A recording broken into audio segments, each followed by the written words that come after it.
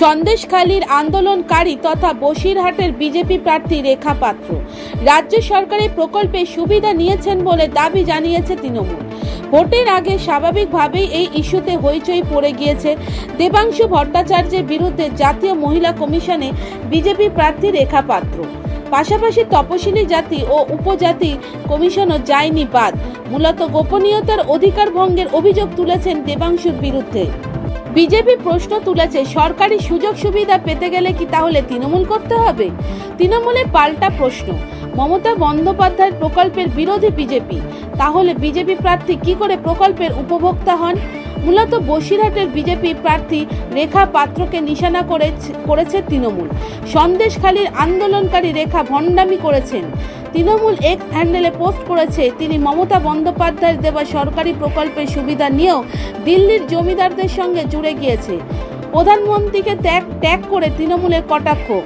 পরের বার রেখাকে ফোন করবেন, ওর স্বাস্থ্যসাথী কার্ডের ব্যাপারে খোঁজ নিতে ভুলবেন না, তাহলে আপনি বুঝতে পারবেন তৃণমূলের নেতৃত্বে ব্রেন চাইল্ড স্বাস্থ্যসাথী কিভাবে আয়ুষ্মান ভারত প্রকল্পকে ছাড়িয়ে গেছে। পাশাপাশি বসিরহাটের বিজেপি প্রার্থী রেখা পাত্রের বিরুদ্ধে সরব হয়েছেন তৃণমূল বিধায়ক সুকুমার মাহাতো। তার দাবি, বিজেপি প্রার্থী রেখা পাত্র লক্ষ্মী ভাণ্ডার থেকে শুরু করে স্বাস্থ্যসাথী সব রাজ্য সরকারের বিভিন্ন প্রকল্পের সুবিধাভোগী। সেই সংক্রান্ত নথি সোশ্যাল মিডিয়ায় ভাইরাল হয়েছে।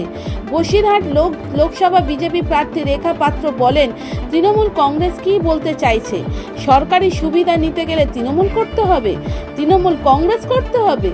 প্রধানমন্ত্রী যে সুযোগ সুবিধাগুলো দেয়, পশ্চিমবাংলায় প্রধানমন্ত্রী কিন্তু একবারও বলেননি যে এই সুযোগ সুবিধাগুলো পেতে গেলে বিজেপি করো।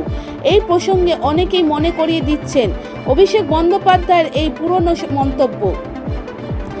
তৃণমূল কংগ্রেসের সর্বভারতীয় সাধারণ সম্পাদক অভিষেক বন্দ্যোপাধ্যায় বলেন, তৃণমূল সরকার কোনো প্রকল্পের সুবিধা প্রদান করার ক্ষেত্রে কোনো মানুষের রাজনৈতিক রং বিচার করে না।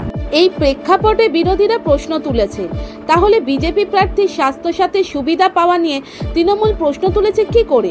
সাধারণ মানুষের করের টাকায় চলা সরকারি প্রকল্পে তৃণমূলের একার অধিকার নাকি? শুভেন্দু তীব্র কটাক্ষ করে বলেন, আমি জিজ্ঞাসা করি ওই ভাটাংশুকে, ওটা কি তৃণমূল কংগ্রেসের পৈতৃক সম্পত্তি নাকি?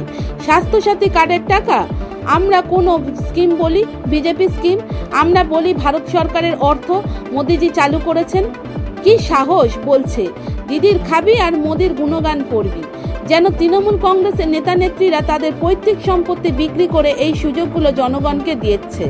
গোটা রাজ্যটা দেউলিয়া। কি দিয়েছেন আপনারা? মায়েরা ঝাঁটা ধরবেন না? কেন্দ্র এবং রাজ্যের প্রকল্প নিয়ে তরজা আজকের নয়, লোকসভা ভোটের মুখে তাতে নতুন মাত্রা যোগ করলো এই ঘটনা। ভোটের আবহে এই ঘটনার জল কতদূর গড়ায় সেটাই দেখার বিষয়।